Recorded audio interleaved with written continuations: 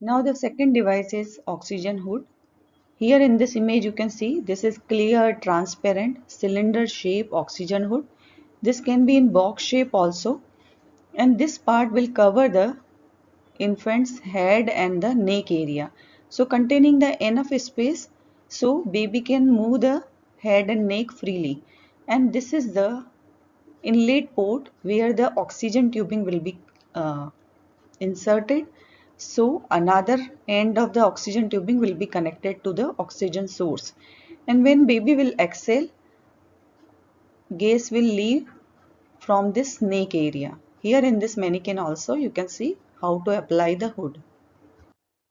Flow rate in the oxygen hood should be set between 7 to 15 liter per minute. Here in this video also you can see this is the flow meter where the rate set around 8 liter per minute. So in neonates 2 to 3 liter per kg per minute or 7 to 10 liter per minute will be the flow rate.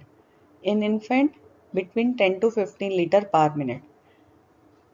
So it will deliver the fixed oxygen concentration between 21 to up to 100%, more than 90%. So FiO2 more than 0.9% can be delivered with the oxygen hood.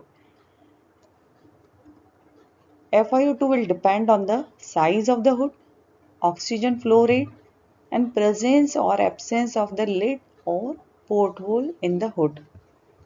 So to deliver the higher FiO2, we have to set the higher flow rate.